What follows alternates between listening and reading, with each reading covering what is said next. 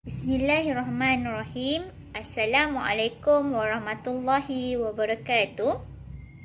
Hari ini kami akan membentangkan hasil penulisan yang telah kami laksanakan berkaitan dengan kursus MPU 2072D Falsafah dan Isu Semasa dengan tema BAD Ilmu Falsafah Mencerna Pemikiran Kritis. Sebelum itu, saya ingin memperkenalkan ahli kumpulan kami yang terdiri daripada saya sendiri, Siti Fatimah binti Ismail Hanafiah, Nurul Attilah binti Samad dan Syafinas binti Mahir. Ilmu falsafah memainkan peranan penting dalam membuat pertimbangan berpandukan bukti-bukti yang sahih dan membuat satu pertimbangan. Al-Farabi mentafsirkan falsafah merupakan ilmu pengetahuan yang bertujuan mengkaji berdasarkan bukti saintifik berkaitan dengan alam yang wujud bagi mencari kebenaran. Terdapat pelbagai lagi ilmuwan falsafah yang membincangkan tentang permasalahan dan permasalahan kehidupan manusia yang meliputi pelbagai aspek dan mengaplikasikan pendekatan falsafah. Melihat dari perspektif falsafah Islam, falsafah dianggap sebagai satu cabang ilmu yang mempunyai ketinggian kerana telah menggabungkan aspek kebijaksanaan, hikmah dan kematangan dalam membuat satu keputusan. Penelitian terhadap pelbagai aspek diambil kira bagi merungkai sebuah kebenaran.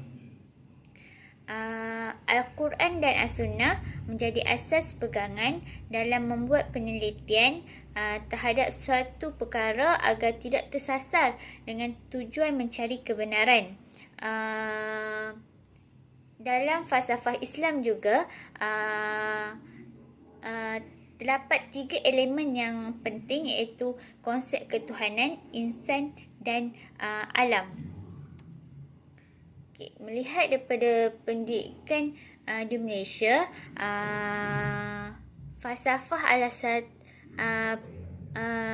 falsafah juga turut diterapkan dalam pendidikan di Malaysia, di mana pendidikan di Malaysia adalah satu usaha berterusan ke arah memperkembangkan potensi individu secara menyeluruh dan bersepadu untuk mewujudkan insan yang seimbang dan harmonis dari segi intelek, rohani, emosi dan jasmani berdasarkan kepercayaan dan kepatuhan kepada Tuhan. Usaha ini bagi melahirkan warga negara Malaysia yang berilmu pengetahuan, berketerampilan, berakhlak mulia, bertanggungjawab dan berkeupayaan mencapai kesejahteraan diri serta memberi sumbangan kepada keharmonian dan kemakmuran keluarga, masyarakat dan negara. Pendidikan ini berdasarkan falsafah tersebut dengan jelas menunjukkan berkaitan antara falsafah pendidikan dengan rukun negara yang diamalkan di Malaysia, iaitu kepatuhan kepada Tuhan menjadi aspek utama. Dan ia juga berkaitan dengan falsafah Islam, di mana konsep ketuhanan insan dan alam menjadi elemen utama.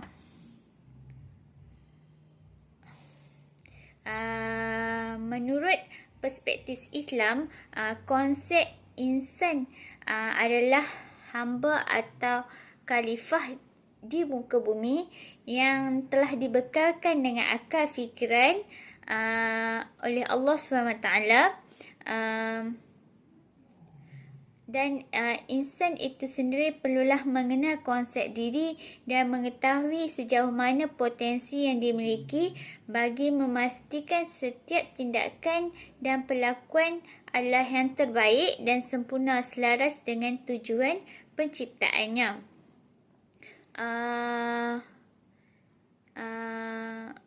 Dan konsep insan sendiri adalah berkaitan dengan konsep ketuhanan.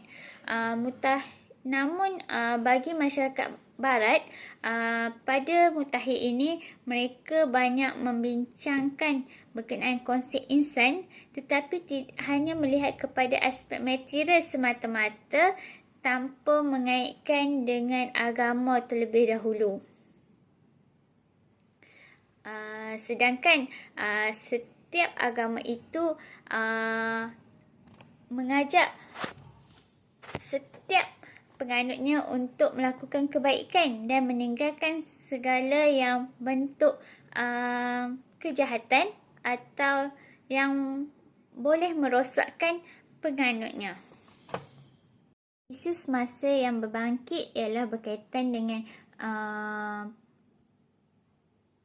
pertubuhan terorisme seperti Al-Qaeda dan Abu Sayyaf yang dikaitkan dengan agama, dan pendekatan mereka adalah berpaksikan keganasan bagi mencapai hasrat tertentu. Terorisme boleh dianggap sebagai ganas dan bersifat melampau. Kekerasan jadikan elemen penting dalam mencapai tujuan mereka, seperti pencolekan, rampasan, pembunuhan dan peperangan. Keadaan ini telah memberi persepsi negatif segelintir masyarakat. Tambahan pula, media masa Barat sering menggembar-gemburkan bahawa terorisme itu adalah berkaitan dengan agama. Hal ini juga dilihat sebagai pemikiran yang salah oleh generasi yang dilihat terburu-buru dalam membuat hukuman terhadap satu fenomena yang sebenarnya hanya dilihat dari segi mata kasar, tanpa menyelidik dan mengkaji sesuatu fenomena itu dengan lebih teliti.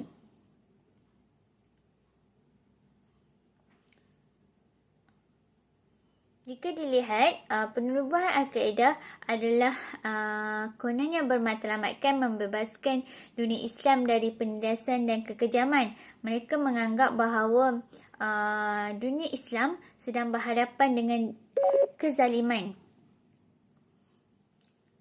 Mereka juga menganggap persatuan bangsa-bangsa bersatu bertindak mendiamkan diri apabila berlaku permasalahan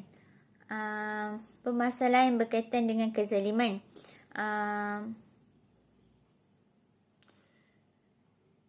Sebenarnya Al-Qaeda tertumpu kepada musuh dari pelbagai aspek, sama ada dari luar ataupun maupun dalam Islam sendiri.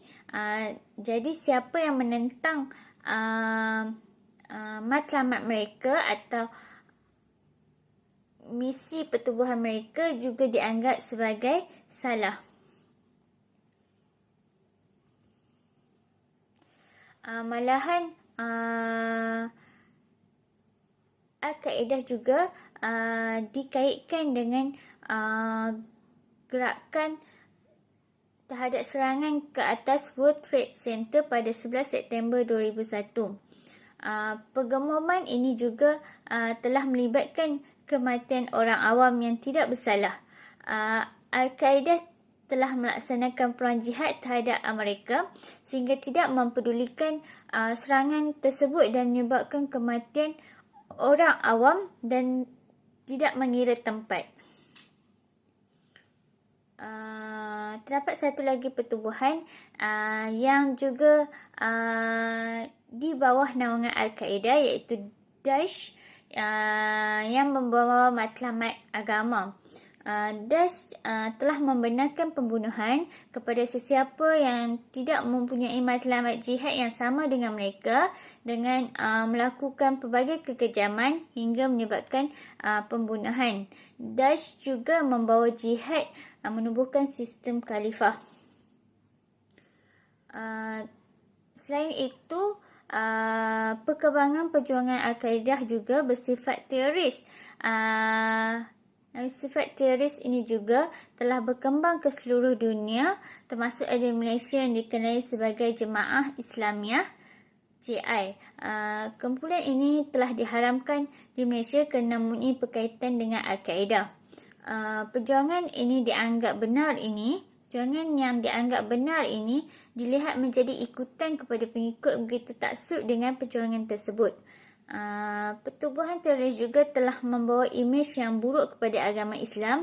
Apatah lagi media massa yang gemar mengemburkan bahawa penganut agama Islam berada di belakang perjuangan yang sifat teroris tersebut. Okey, di mana falasi berdasarkan bukti-bukti yang telah dinyatakan tadi, terdapat pelbagai falasi dalam pemikiran yang mengaitkan dengan agama.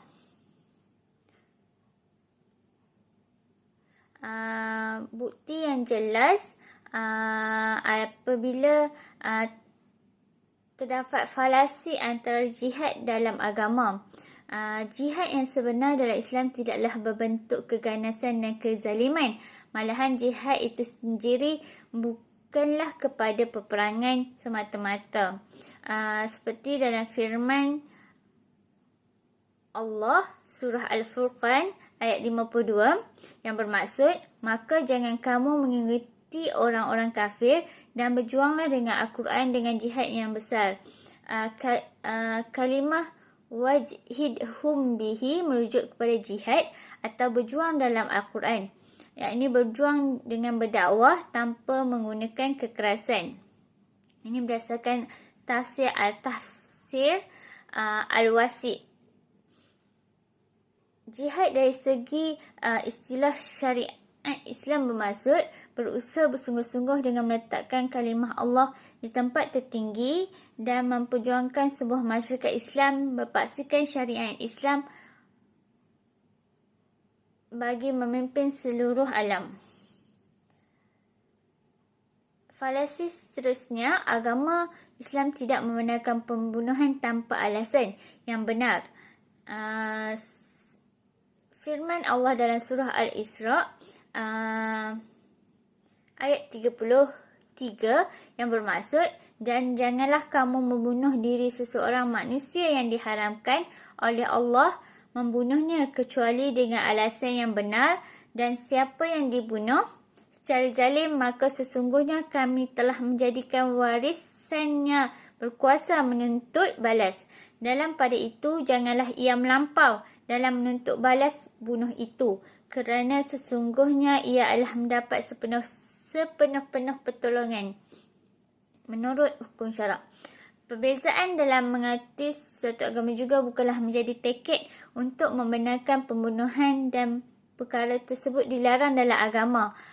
Agama Islam adalah bersifat rahmatan lil alamin, di mana agama yang memberi perlindungan keselamatan kepada semua pihak, kedamaian dan ketenteraman kepada seluruh manusia.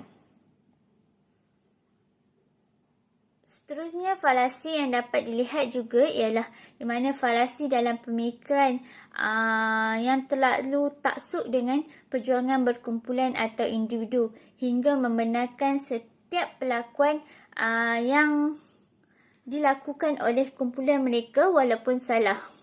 Sebagai contoh, perjuangan Al-Qaeda dan DAS yang menjadi ikutan pengikut yang terlalu taksub dengan perjuangan mereka. Para ulama ahli sunnah wal jamaah di seluruh dunia telah menyuruh umat Islam sendiri agar tidak terlibat dengan kumpulan ini kerana fahaman ideologi mereka yang bersifat keganasan, mengkafirkan orang lain dan membenarkan pertumpahan darah. Dan jihad mereka juga bukanlah jihad yang dituntut dalam agama.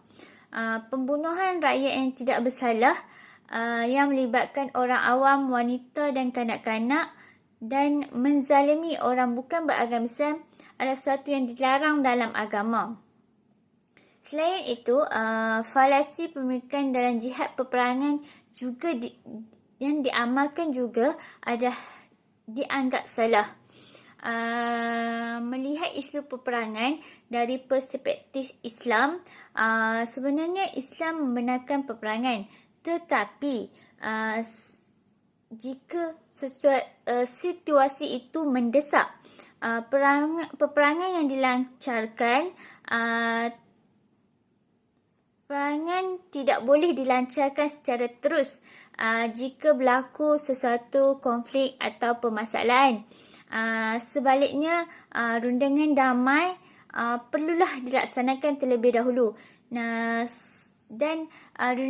jika rundingan damai itu tidak diperolehi dan berlaku pencerobohan dan kezaliman ke atas suatu kumpulan itu, barulah peperangan itu boleh dilaksanakan. Hal ini juga telah dijelaskan dalam surah Al-Hajj ayat 39. Allah SWT berfirman yang bermaksud, telah diizinkan berperang bagi siapa yang diperangi kerana sesungguhnya mereka telah dianiaya dan sesungguhnya Allah benar-benar Maha Kuasa menolong mereka itu. Malahan syarat berperang dalam Islam juga tidak membenarkan orang Islam memulakan terlebih dahulu atau menceroboh terlebih dahulu ke kawasan musuh. Terdapat syarat-syarat yang tetap oleh Islam dalam hal peperangan. Telah dinyatakan dalam surah Al-Baqarah ayat 190, Allah SWT telah berfirman, dan janganlah kamu menceroboh dan memulakan peperangan sekerana sesungguhnya Allah tidak suka kepada orang yang menceroboh. Syarat berperang juga adalah tidak melampaui batas dan perlu berperang atas jalan Allah SWT. Maksud melampaui batas di sini adalah perkara yang dilarang adalah tidak dibenarkan memungkir janji, mencincang musuh, membunuh kanak-kanak, membunuh wanita, orang tua dan orang awam. Malahan membunuh ahli agama seperti para rahib dan pendeta juga ada dilarang. Merosakkan harta benda awam, membakar pohon dan membunuh haiwan yang tidak terlibat dan mempunyai berkaitan dengan peperangan itu juga adalah dilarang.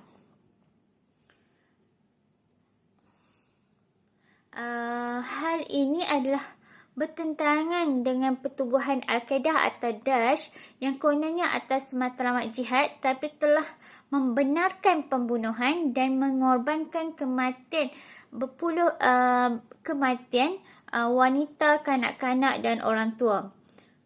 Malahan mereka juga telah merosakkan fasiliti awam seperti sekolah, masjid, pusat ibadat dan sebagainya.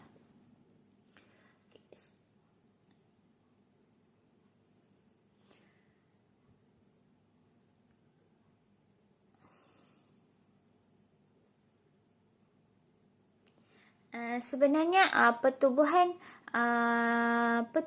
ini juga berdasarkan kajian yang dilakukan oleh United Nations Office of Counter-Terrorism dan Chicago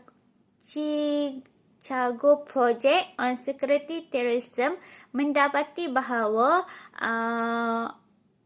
kumpulan-kumpulan ini bukanlah berdasarkan agama tetapi sebaliknya bersifat individu, kelemahan politik, ekonomi dan pendidikan. Secara kesimpulannya, dapat saya rumuskan bahawa generasi yang terburu-buru telah menyebabkan manusia tersalah dalam menghukum sesuatu fenomena yang hanya dilihat dari mata kasar. Tanggapan dan mengaitkan agama dengan teroris adalah sesuatu yang salah. Pemikiran yang salah ini perlu diperbetulkan bagi mengelak permusuhan antara manusia. Hal ini kerana masyarakat dunia adalah masyarakat yang terdiri daripada berbilang agama, bangsa dan juga mempunyai pelbagai adat resam. Malahan jika dilihat, setiap agama sebenarnya mendidik penganutnya untuk melakukan kebaikan dan mencegah manusia dari melakukan kerosakan atau kezaliman. Malahan kalau dilihat, agama Islam sendiri adalah bersifat rahmatan lil alamin, yang di mana agama yang cintakan kedamaian, ketenteraman dan seterusnya melindungi manusia dari kekejaman dan kezaliman. Perkara ini harus disebarkan oleh media massa tanpa mengaitkan sikap terorisme dengan agama. Falsafah yang jelas dan komprehensif perlu dilihat sebagai asas pegangan dalam mengkaji suatu fenomena tanpa bersikap prejudis dalam membuat penelitian terhadap fenomena tersebut. Oleh itu, pada pendapat saya, ilmu falsafah dilihat ilmu yang sangat penting dalam mencari kebenaran terhadap sesuatu fenomena yang berlaku. Tanpa ilmu falsafah, masyarakat dunia mungkin akan sukar berhadapan dengan dunia yang akan mencabar dan akan menimbulkan kerosakan yang lebih besar kepada alam dan manusia. Ilmu falsafah juga penting dalam menghasilkan pemikiran yang kritis. Sekian daripada saya.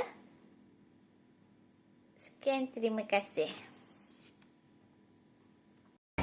Okay, Assalamualaikum warahmatullahi wabarakatuh. So, saya Nurul Atila binti Abdul Samad. Assalamualaikum warahmatullahi wabarakatuh. Saya Nurul Atila binti Abdul Samad. Saya akan bentangkan tentang falasi yang berlaku pada hasti generalization. Okey. Pembahasan tentang falasi dapat mengajar kita lebih daripada sekadar tahu kaedah menyusun premis yang benar untuk sampai kepada natijah yang benar sahaja. Bahkan ia juga berfungsi umpama mesin X-ray yang menyuluh dan menampakkan kesalahan berfikir yang terselindung di sebalik hujah yang dikemukakan. Okey, dalam membina kemampuan untuk membezakan di antara hujah yang benar dan juga yang salah, untuk mengetahui syarat-syarat hujah yang benar sahaja selalunya tidak cukup.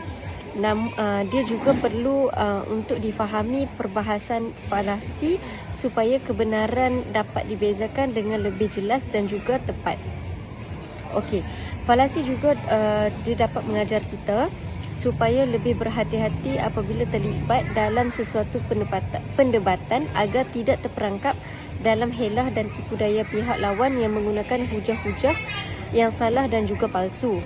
Okey, falasi ini boleh ditakrifkan sebagai kesalahan dalam berfikir yang menyebabkan hujahan palsu dan dapat mengelirukan diterima sebagai sah dan juga benar.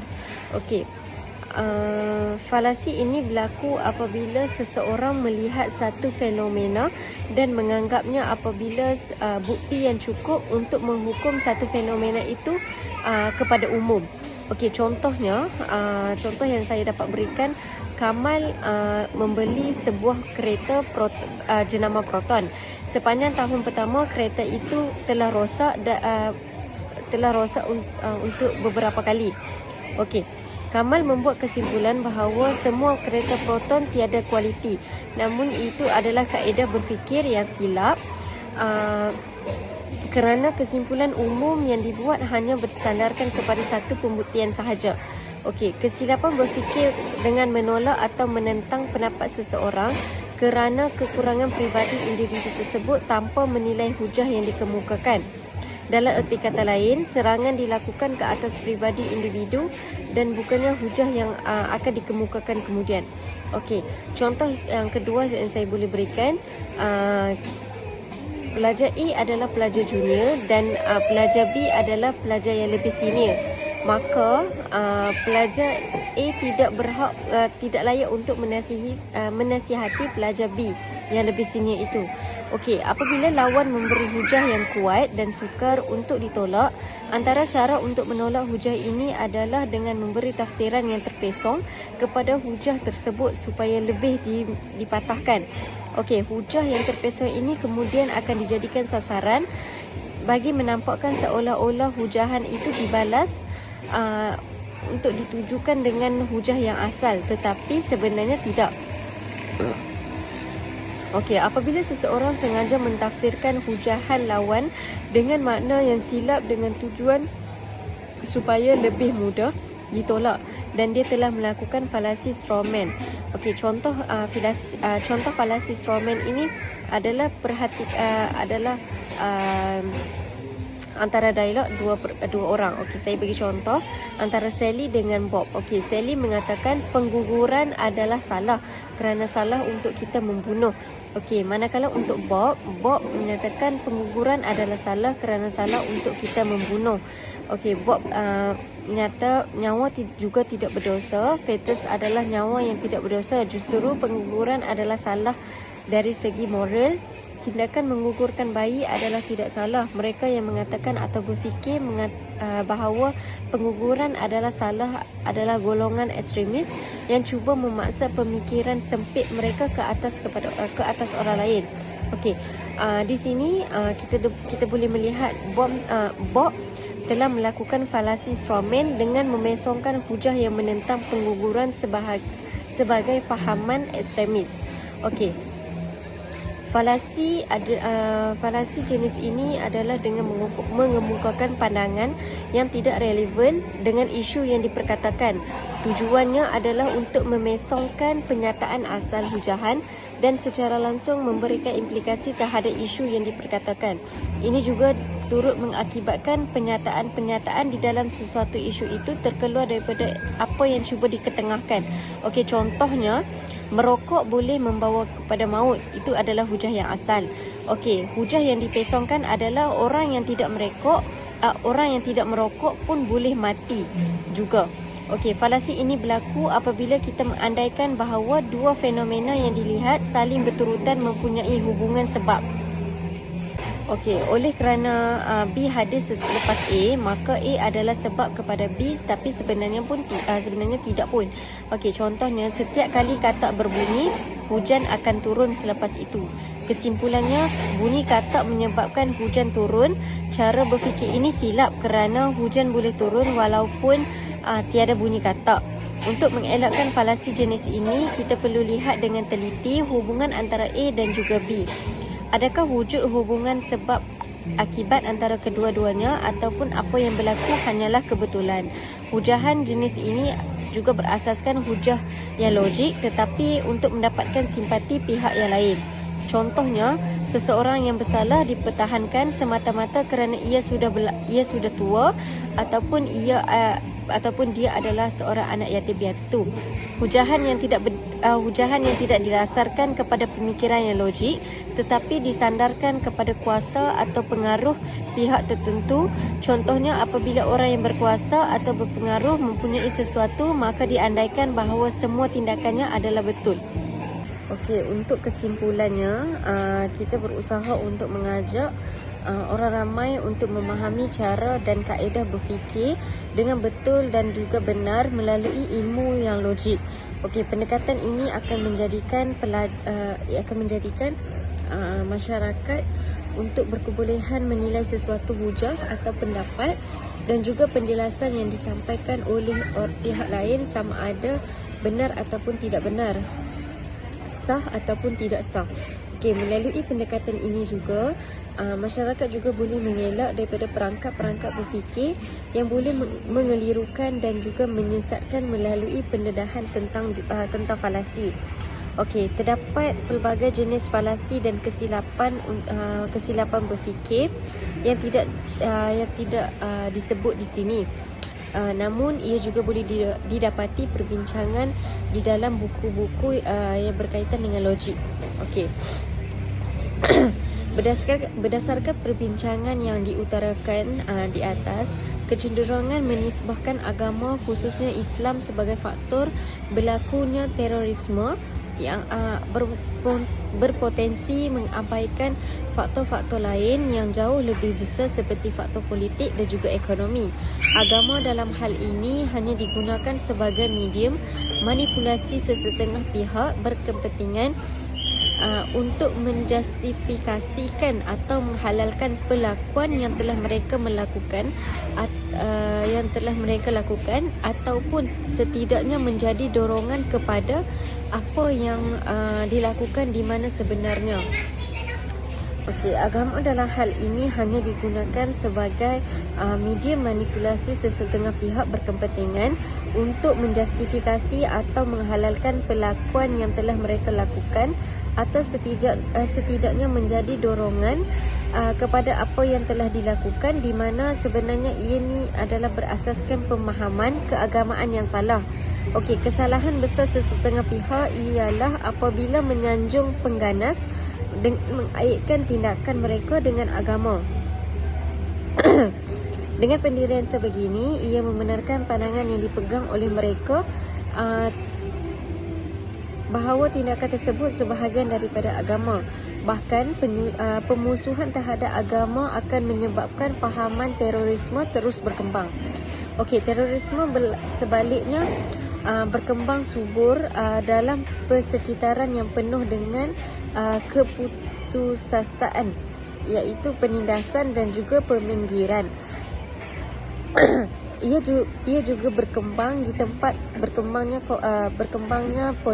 konflik serantau dan pendudukan asing. Faktor-faktor ini adalah yang seharusnya difokuskan bagi mengekang fahaman terorisme dari berkembang.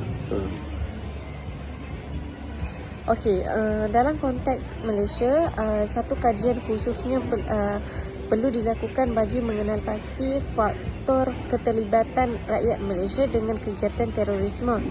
Pelibatan mereka dengan kumpulan militan di luar negara perlu dikaji, khususnya pada aspek motif dan juga tujuan.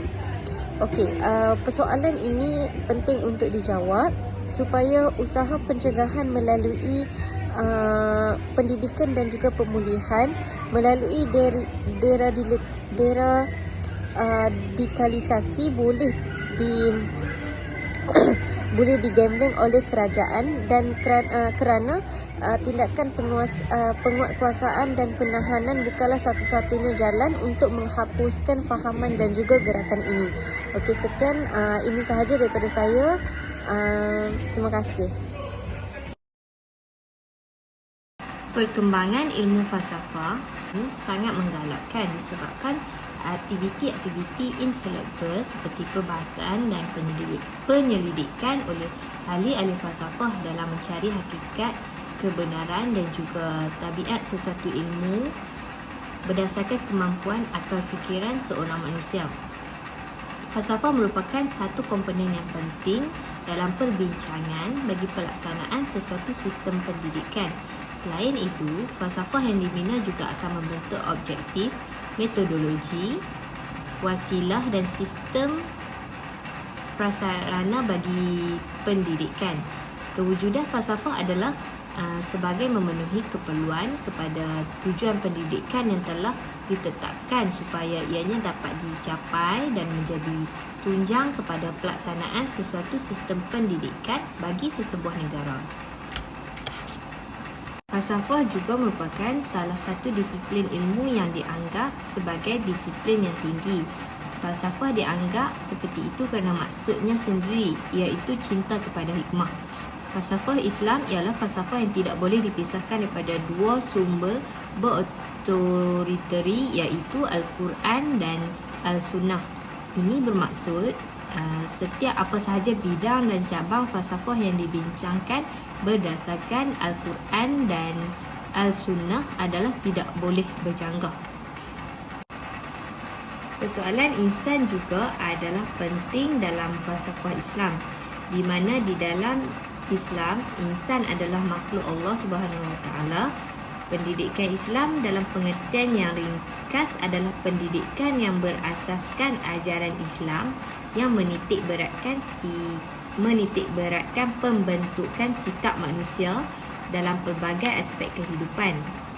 Manakala falsafah pendidikan Islam juga cuba menjelaskan proses pendidikan Islam dan aspek-aspek yang berkaitan dengannya seperti konsep insan, ilmu, makna dan juga matlamat pendidikan. Tidak dapat dinafikan bahawa agama dan juga sains merupakan dua perspektif yang sangat penting dalam kehidupan manusia. Namun, apabila sains telah mula diagungkan dan dijadikan sebagai kiblat untuk mencapai kemewahan material dan mencari hakikat kebenaran sesuatu kejadian tanpa disandarkan dengan nilai agama, ia secara tidak langsung telah mencalarkan dan mengurangkan pengaruh agama itu sendiri. Contohnya, dalam mencari hakikat penciptaan alam ini, terdapat segolongan yang menganggap kejadian ini adalah sebagai suatu kebetulan sahaja. Saintis Islam menjadikan akidah, iman dan juga takwa sebagai asas sesuatu bidang dalam penyelidikan yang mereka lakukan. Mereka juga menghubungkan kajian dengan kewujudan pencipta supaya lahir keyakinan kepada Allah Subhanahu Wa Taala, sehingga mendorong mereka untuk mengadaptasi peranan sebagai khalifah dengan sifat kehambaan dan pengabdian kepada Allah.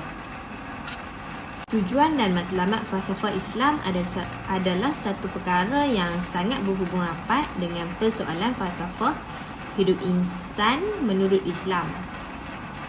Apabila falsafah hidup insan yang hakiki difahami dengan jelas, maka tujuan dan matlamat pendidikan Islam tidak timbul dan dipersoalkan lagi. Pendidikan Islam memberikan panduan dan juga hala tuju yang jelas dalam kehidupan Muslim, khususnya kepada manusia, dan ianya sesuai dengan tujuan manusia yang Allah Subhanahu Wa Taala ciptakan. Kesimpulannya, jelas sekali bahawa isu falsafah Islam sangat berkait dengan pendidikan falsafah pada masa kini, di mana falsafah pendidikan kebangsaan juga menjadi pengetahuan umum.